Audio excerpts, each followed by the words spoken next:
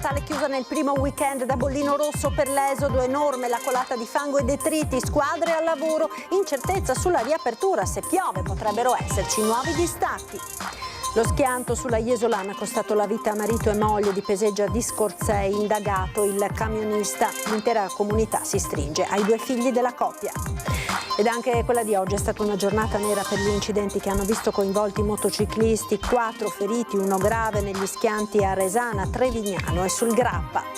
25enne cerca di sedare una rissa e viene sfregiato al volto con un tirapugni, è accaduto alla sagra di Castelcucco. Il papà del giovane: denunciamo il fatto, non bisogna più tacere. Rifiuti smaltiti illegalmente, le nuove armi a disposizione degli ecovigili del consorzio Priula per scovare gli ecovandali. A Pianezze di Valdobbiadene, nelle celebrazioni per il 52esimo anniversario di costituzione dell'Aido provinciale di Treviso, oltre 100 i volontari, l'omaggio per ricordare quanti hanno donato le loro famiglie. Al Teatro di Castelfranco inaugurata la prima ampia e documentata mostra sul sodalizio tra Franco Battiato e Giusto Pio originario, quest'ultimo proprio della città del Giorgione.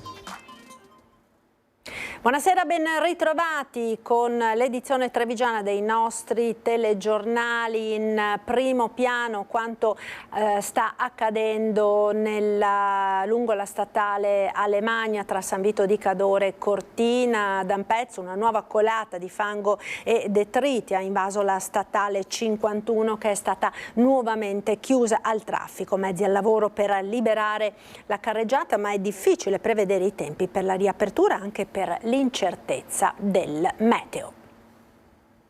Purtroppo stiamo parlando di una colata più grossa della prima, quindi ci vorrà più tempo a rimuoverla, ma le previsioni di oggi non mettono sicuramente bel tempo e quindi la paura è anche che possa scendere un'ulteriore colata. Un occhio al cielo, l'altro al fango. Si lavora ininterrottamente per rimuovere l'enorme colata di detriti che la scorsa notte dalla Croda Marcora si è riversata a valle ed ha invaso ancora una volta la statale 51 di Alemagna tra San Vito di Cadore e Cortina d'Ampezzo. Era stata riaperta ma solo nelle ore diurne appena 3 giorni fa, ma la nuova frana e l'incertezza del meteo rendono difficile prevedere quando sarà nuovamente percorribile. In previsione del maltempo, ANAS aveva rafforzato da ieri sera la sorveglianza sul tratto per garantire la sicurezza della viabilità, prevenire situazioni di pericolo e consentire un intervento tempestivo, che purtroppo è stato necessario. Il sistema di allerta ha funzionato, ma il pluviometro a valle è stato danneggiato dalla nuova colata.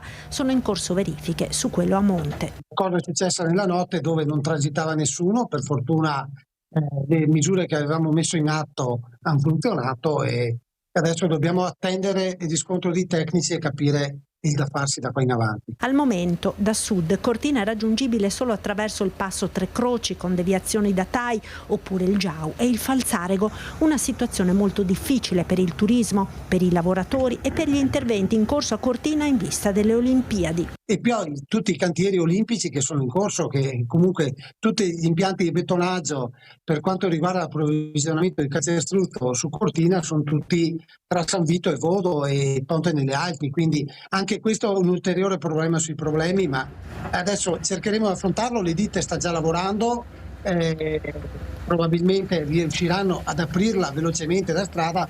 Adesso dobbiamo capire appunto l'evoluzione del meteo. Ulteriori interventi sul pendio per la mitigazione del dissesto idrogeologico dovranno essere programmati, spiega una nota di ANAS, in sinergia con gli enti competenti, così come pure dovranno essere condivise con Regione, Provincia di Belluno e i comuni dell'area le attività finalizzate al ripristino della viabilità e, qualora le condizioni meteo lo permettano, la riapertura al traffico in piena sicurezza.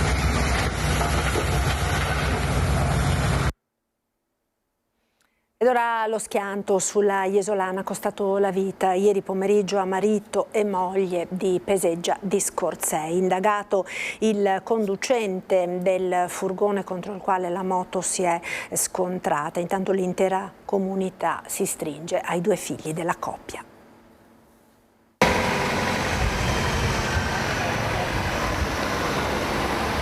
Il conducente del camion, un 50enne di origine moldava, sarebbe risultato positivo all'alcol test e per questo indagato per omicidio stradale. Questa è la novità sull'incidente di sabato pomeriggio lungo via Adriatica a Jesolo, costato la vita ad una coppia di Peseggia, il 59enne Davide Magnini e la moglie Emanuela Ghezzo di 60 anni. I due, in sella ad una Harley Davidson, stavano tornando da una giornata al mare quando sono rimasti coinvolti in un incidente con altre 3 auto ed un camion sulla salita del cavalcavia del Sile che porta verso la rotonda Tosano. Un impatto tremendo, con il corpo di Davide sull'asfalto accanto alla moto e quello di Manuela sulla scarpata letteralmente volato al di là del guardrail. La dinamica è ancora al vaglio della polizia locale di Jesolo, ma non troverebbe conferma il tentativo di sorpasso da parte della moto sul camion, ipotizzato in un primo momento. Perderebbe invece corpo l'ipotesi di uno sbandamento del mezzo pesante che avrebbe innescato la serie di impatti. Oltre alla coppia deceduta sono 3 le persone finite all'ospedale in condizioni serie ma non in pericolo di vita. Illesi invece il conducente del mezzo pesante e una famiglia tedesca che stava raggiungendo Jesolo per una vacanza. Davide Magnini era un esperto camionista ed un grande appassionato motociclista, in particolare delle Harley. Una passione condivisa da tempo con la moglie Manuela. Condividevano le iniziative di un gruppo di motociclisti della zona, da Mestre a Mogliano. La coppia lascia 2 figli ventenni, Federico e Simone. È stato il sindaco Battista Mestriner a comunicargli la tragica notizia. Devo ringraziare il sindaco di Jesolo per avermi avvertito subito praticamente della situazione. È stata un po' una fatalità che siamo riusciti a contattare i figli prima che venissero a saperlo dai giornali, dai social media. Sindaco che provocatoriamente lancia un appello a tutti i motociclisti. Le macchine sono sempre più larghe, sempre più piene di misure di sicurezza, le moto invece no. Quindi secondo me dovremmo metterci in testa o di andare in strade dove non ci sono mai macchine, oppure la moto, soprattutto d'estate, metterla via perché è diventata davvero un mezzo estremamente pericoloso, anche senza la colpa dei motociclisti.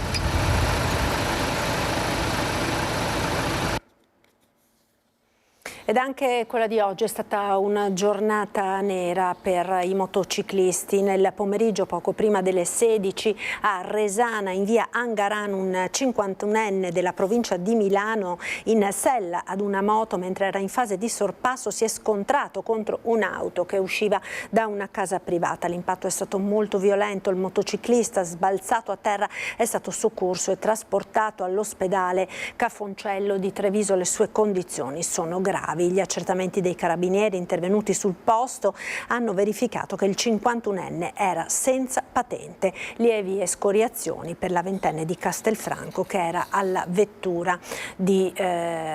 guida della vettura. Ed un altro incidente che ha visto coinvolte 2 moto si è verificato sempre nel pomeriggio di oggi a Trevignano, feriti 2 quarantenni, uno del posto in sella alla propria Vespa, l'altro di Noale alla guida di una Ducati. Un botto tremendo e 2 motociclisti finiti a terra, uno sull'asfalto e l'altro dentro il fossato. E questa è la scena che si è presentata ai soccorritori lungo via Roma a Trevignano, all'altezza del distributore Galloil. Erano da poco passate le 14 quando un quarantenne del posto, proveniente dal centro del paese, in sella alla propria Vespa, si accingeva ad imboccare una laterale della strada provinciale.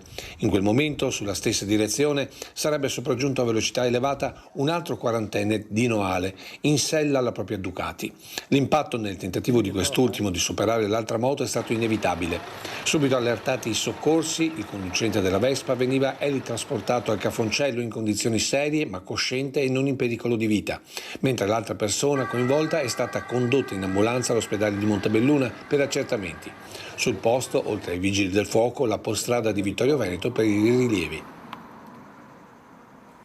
Tragedia in montagna, è stato rinvenuto senza vita il corpo dell'escursionista tedesco di 52 anni di cui non si avevano più notizie dalla mattina di mercoledì scorso, 9 luglio, quando aveva lasciato il rifugio Mulaz, dove aveva pernottato per incamminarsi in direzione del rifugio Rosetta. Ad allertare i soccorsi erano stati i familiari. Questa mattina dall'elicottero all'altezza della Torcia di Valgrande i soccorritori hanno avvistato il corpo corpo senza vita incastrato tra due massi in un canalone all'interno del quale l'uomo era precipitato per un centinaio di metri. La salma è stata recuperata e riportata a valle.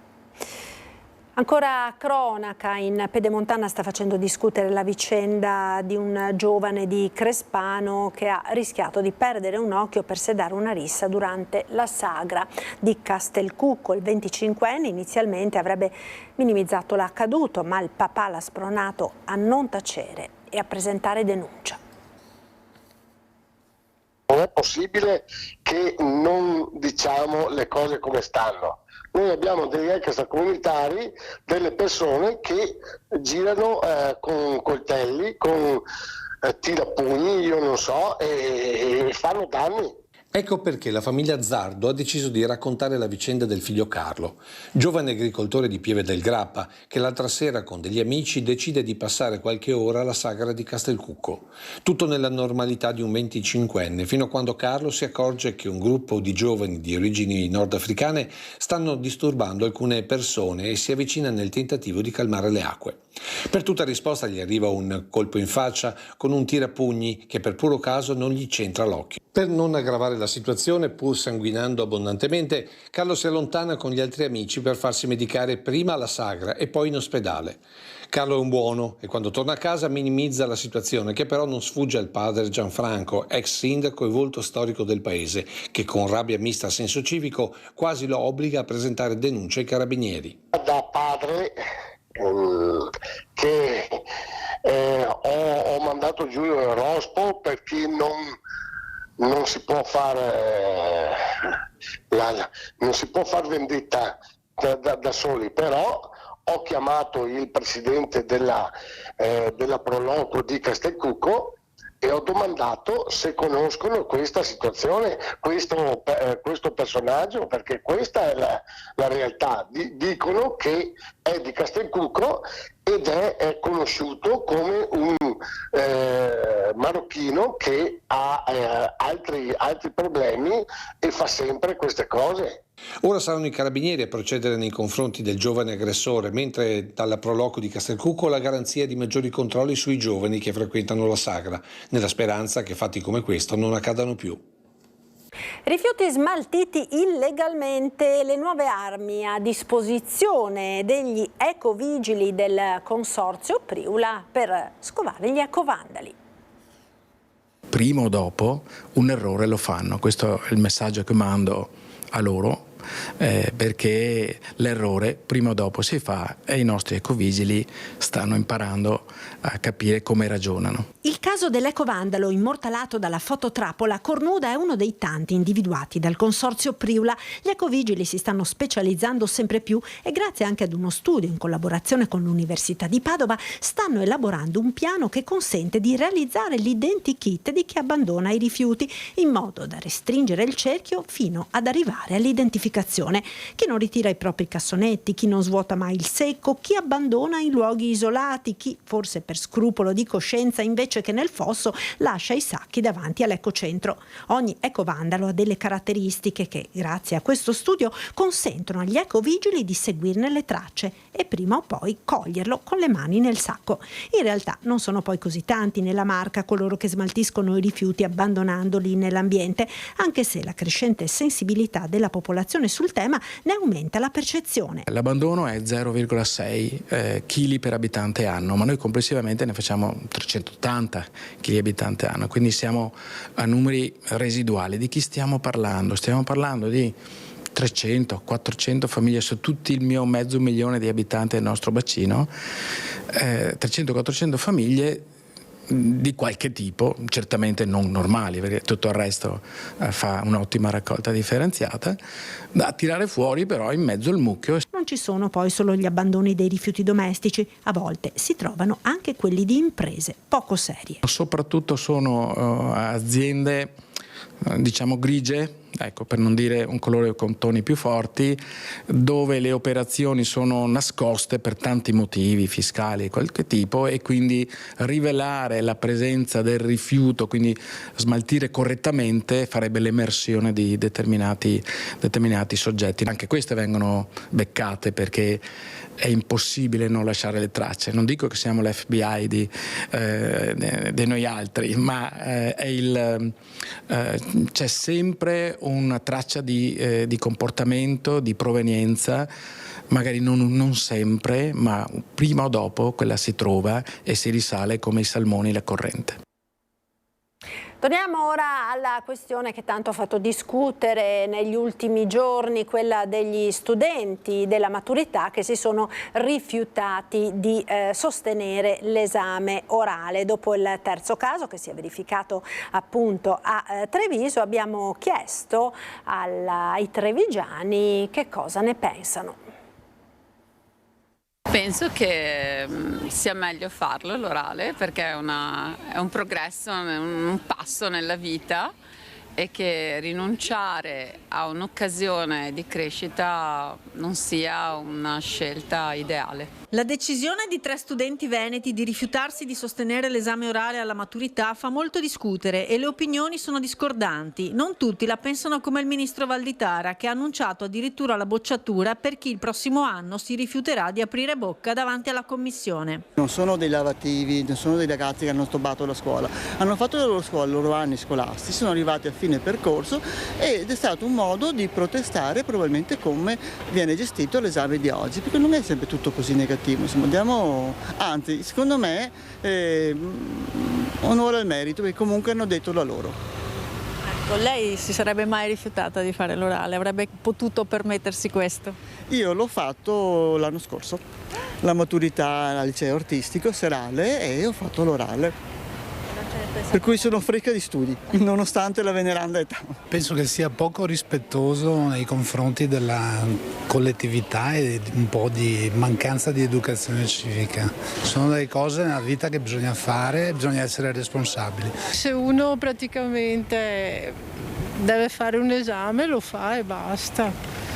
Per cui si prende le sue responsabilità e accetta anche l'eventuale bocciatura. Le regole vanno rispettate. Se esistono le regole che prevedono un esame scritto e delle risposte orali, devono sottostare a questo. Una forma di protesta o un modo per esprimere altro? Penso che bisognerebbe farlo comunque, dopo come forma di protesta non lo so se sia giusto o meno. Io l'avrei fatto e avrei dimostrato che ero preparata e l'avrei fatto, però ho una mentalità da sessantenne. Onestamente penso che loro abbiano valutato il sistema scolastico italiano come qualcosa che non dà peso all'esperienza dei ragazzi, alla loro crescita in senso umano, ma li valuta più come mero numero, e quindi appoggio totalmente la loro scelta. Non capisco perché non ci si domandi piuttosto perché questi ragazzi hanno scelto questa via quest'anno.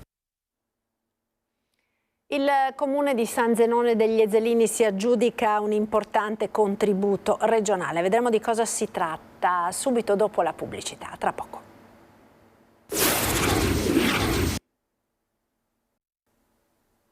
Eccoci nuovamente in diretta, edizione di Treviso dei nostri telegiornali. Il comune di San Zenone degli Ezzelini si aggiudica un importante contributo regionale in attesa della sentenza del TAR sulla richiesta di risarcimento per i ritardi per le opere compensative della superstrada pedemontana veneta. 660.000 euro, a tanto ammonta il contributo regionale che si è aggiudicato il comune di San Zenone degli Ezzelini, destinato a interventi per il miglioramento della mobilità e della sicurezza stradale. Un risultato ottenuto partecipando al bando, rispetto al quale sono state presentate 327 domande, di cui 288 ammesse a contributo e solo 40 finanziate.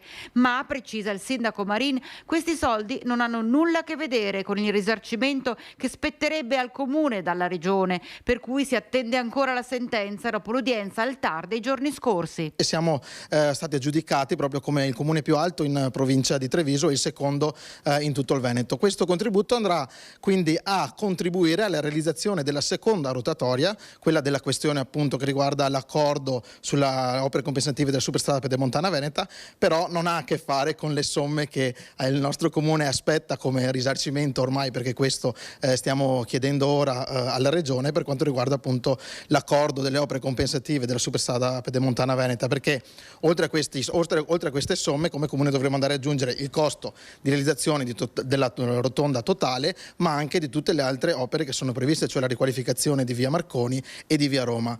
L'importo attualmente del progetto è di 5.560.000 euro, per cui stiamo parlando davvero di una cosa consistente. Adesso attendiamo la sentenza, attendiamo fiduciosi, però appunto si va avanti perché gli accordi vanno rispettati, l'hanno detto anche 3 sentenze e quindi noi andiamo avanti. Tra l'altro quando dovrebbe arrivare questa sentenza? Avete già sentore? Noi si spera arrivi entro la fine dell'estate, insomma, che nelle prossime settimane comunque di avere già notizie e sapere come poi potremo procedere per vedere finalmente compiute quelle opere che ci spettano. Certo è che è stata fondamentale anche la sua presa di posizione ferma.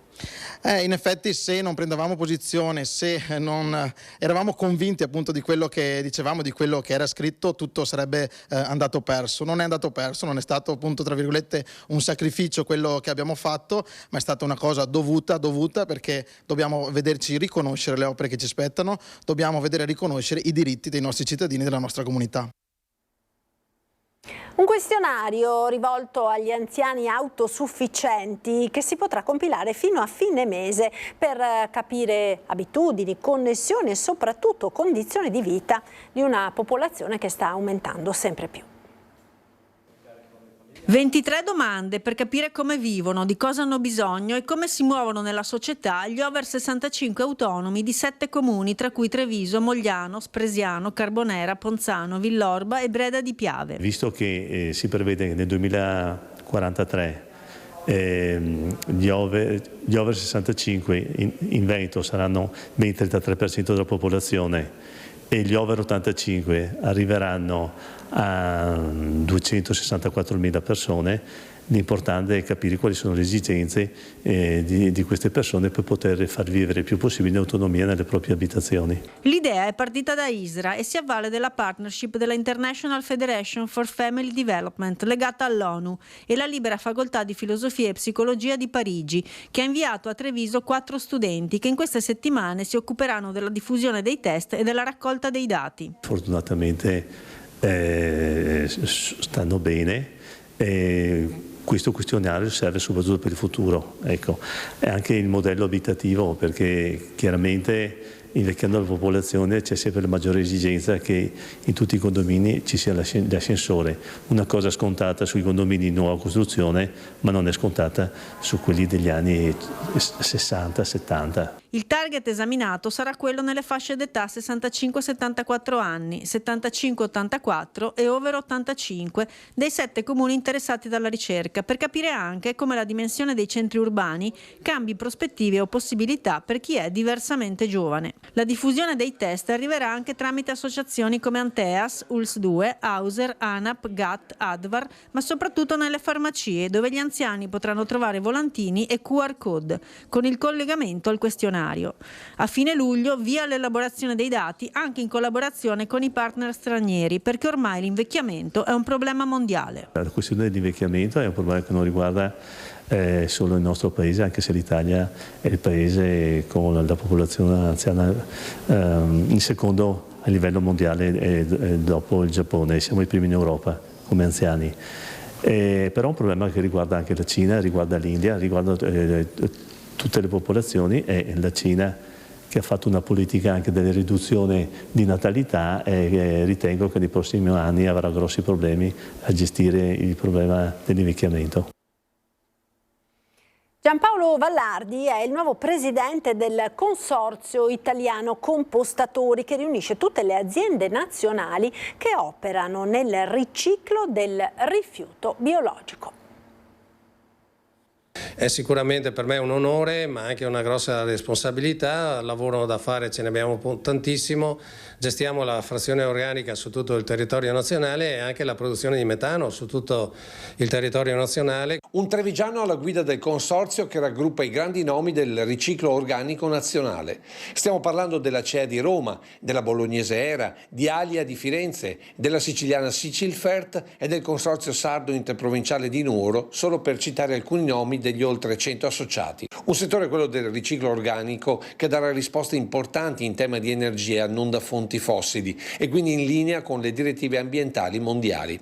Infatti dai nostri scarti di cucina, dal verde e dai depuratori cittadini, le nuove frontiere sono biodiesel ma soprattutto idrogeno. L'idrogeno che è il futuro, ci sono studi avanzati per la trasformazione del metano e del biometano in idrogeno. Oggi già ci ricaviamo la CO2, ci ricaviamo il compost, ci ricaviamo il calore attraverso il teleriscaldamento, quindi un grande tema da portare avanti. Per Vallardi, dopo gli anni da parlamentare, un ritorno a Roma con l'obiettivo di portare l'efficienza del riciclo di Marca in tutta Italia. Siamo oltre l'88% di raccolta differenziata. Cercherò e porterò questa esperienza del nostro territorio, la mia esperienza in tutto il resto del territorio nazionale, e con l'ottimismo che abbiamo sempre messo in questo territorio, e speriamo di riuscire a essere ancora una volta vincenti nell'interesse di tutti. Al Tempio del Donatore a Pianezze di Valdobbiadene stamane le celebrazioni per il 52esimo anniversario di costituzione dell'Aido provinciale di Treviso. Oltre 100 i volontari presenti a rappresentare i 36 gruppi territoriali con i labari schierati per ricordare quanti hanno donato e le loro famiglie.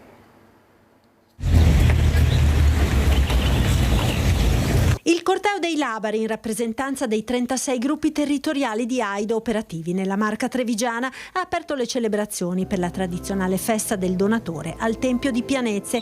Dal 1973, quando è stata fondata, Aido della provincia di Treviso rinnova l'impegno nella sensibilizzazione della popolazione alla donazione degli organi. Il numero di donatori è in crescita, ma la richiesta è più alta. Sono più di 8.000 persone che attendono il dono, e con i tempi medi di attesa di oltre 3 anni, e non tutti ce la fanno ad arrivare ai 3 anni. Oltre 36.000 i soci dell'Aido della Marca, 36 le sezioni. L'associazione è al lavoro per ampliarne il numero, così da favorire la cultura del dono e di volontari formati a portare questo messaggio. Abbiamo fatto ripartire Castelfranco, stiamo in trattative con Conegliano e con Vittorio Veneto, cerchiamo di sensibilizzare appunto quei comuni dove non ci sono i gruppi, magari aiutandoli a mettersi assieme ad altri comuni per fare dei gruppi intercomunali. Recentemente il gruppo di Treviso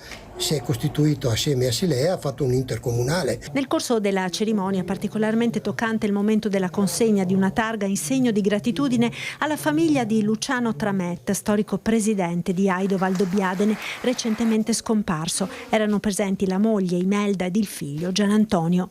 In Italia ogni maggiorenne può esprimere la propria volontà riguardo alla donazione di organi e tessuti, dichiarandolo all'anagrafe del proprio comune, all'ULS o attraverso l'Aido. Ed ora una bella storia di solidarietà che attraversa il Veneto ed ha consentito ad un bimbo di 8 anni con disabilità e alla sua famiglia di trascorrere una bella giornata in bicicletta sul litorale di Bibione. E si parte! Via! Una giornata di vacanza tutti assieme in sella alle bici. È quella che hanno potuto godere sul litorale di Bibione il piccolo Cesare con il fratellino Edoardo, mamma Federica e papà Alberto, lottici di Rubano. Una cosa non scontata per chi vive su una speciale carrozzina come Cesare e resa possibile grazie ad una bella storia di solidarietà nata da Stella Maris, struttura della diocesi di Treviso dove la disabilità è di casa. Tutto nasce da un evento al quale hanno partecipato le sorelle Sara ed Alessia Michelon, travel blogger di Pederoba. Per l'occasione è necessario trovare una bici che consenta ad Alessia di percorrere la ciclabile lungomare pur essendo in carrozzina, e una bici di quel tipo ce l'ha la cooperativa San Francesco di Tezze sul Brenta, che con i ragazzi del centro diurno era stata proprio qui in vacanza. Detto, fatto, la bici da Tezze arriva a Bibione, Alessia la può utilizzare e pure dopo l'evento la cooperativa concede di lasciarla sul litorale a disposizione di altri ospiti con disabilità. È proprio allora, mentre percorre il lungomare, che il papà del piccolo Cesare vede la speciale bici che consentirebbe anche alla sua famiglia di fare una gita tutti assieme. Chiama tutti i negozi di bici per capire chi sia il noleggiatore, non lo trova finché un gestore lo indirizza a Stella Maris. È così che il desiderio di questa famiglia diventa realtà e tutti e quattro possono trascorrere la giornata in sella alle bici percorrendo l'intera ciclabile ed arrivando con il passo a barca fino a Lignano. Una gioia per mamma e papà e di due fratellini. Il gioco di squadre di persone di cuore ha fatto vivere un'avventura speciale ad un bimbo speciale e alla sua famiglia. E siamo approdati a Lignano. Abbiamo fatto il giro con il ferryboat. Non ci ferma nessuno. Siamo in mezzo alla pineta di Lignano. Lignano Pineta. Eccoci. Yeah! Io devo mettere alle costole, mami. Bravo, stammi alle costole. Anche papà, aiuto, sta arrivando anche papà. Guarda. La miseria. Ci supera.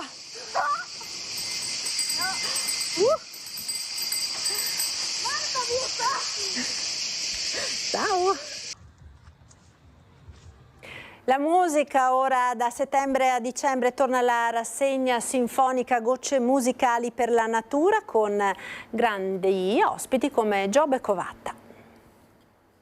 Tra settembre e dicembre a Treviso con 5 concerti torna Gocce musicali per la natura alla sua 4ª edizione.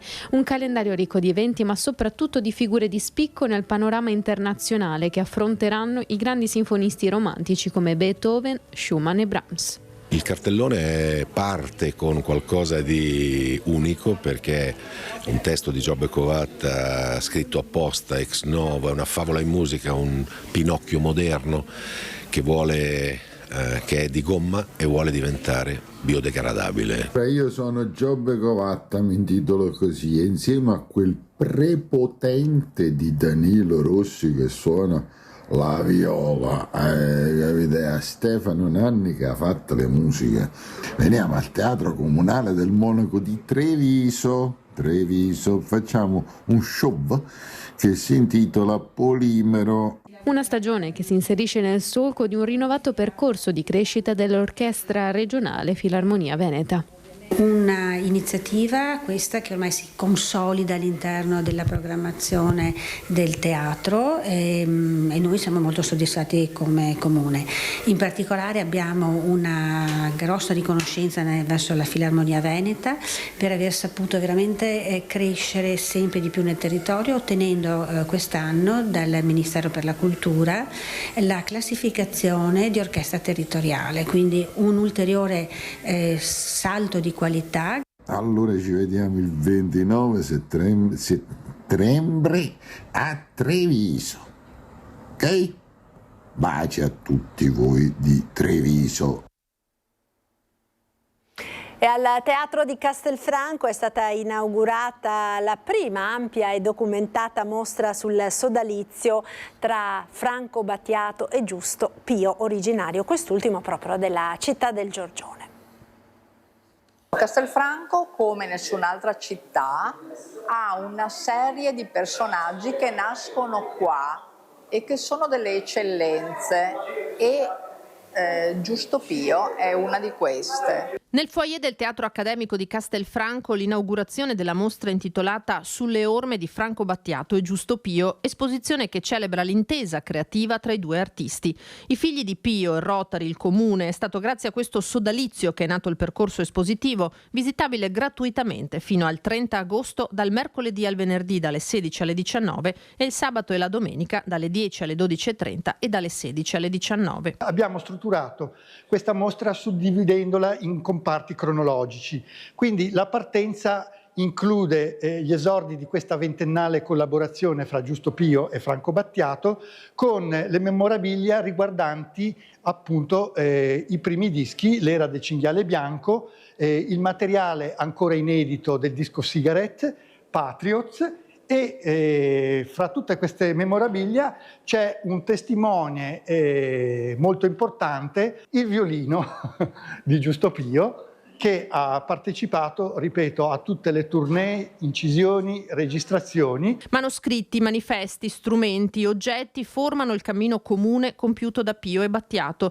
autori di capolavori entrati di diritto nella cultura musicale del nostro paese come centro di gravità permanente. In questa vetrinetta abbiamo quindi voluto inserire i manoscritti originali dell'epoca, perché all'epoca la parte dello scrivano, ovviamente per il suo background classico, toccava a Giusto Pio. E poi le immagini della consegna del primo disco di platino in Italia a Battiato e Pio e la lacca in metallo del pezzo con cui Alice vinse Sanremo per Elisa e un'ampia sezione dedicata alla produzione pittorica. Pio e Battiato visti sotto diverse prospettive. Devo dire che Giusto Pio mi stupiva ogni volta perché lui era il più vecchio di tutti, ma aveva delle idee giovanili, giovanissime, delle idee, un grandissimo arrangiatore e compositore. Pio, veramente, voglio ricordarlo così. Questo binomio è stato parte fondamentale della trasformazione della musica negli anni '80 e far sapere che Giusto Pio è di Castelfranco e un castellano attaccato al suo territorio consentirà alla città di essere conosciuta ancora di più fuori dalla propria cinta muraria. Mostra di cuore, ma anche mostra di grande importanza. Io faccio l'architetto di professione, quindi sono molto rigorosa, eccetera. Qui ho lasciato andare perché è la musica che parla, ma soprattutto è un'epoca con tutti i suoi elementi che parla, che racconta una storia che a molti di noi è anche scappata via.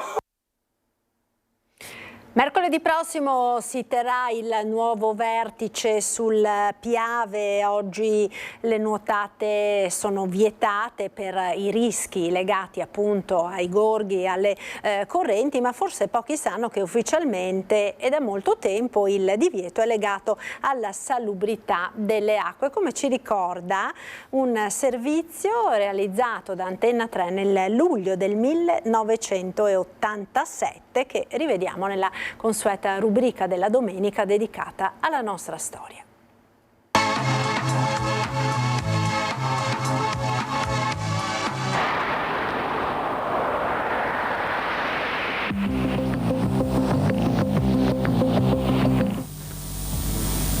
È un caldo da solleone, sono questi i commenti più diffusi di oggi.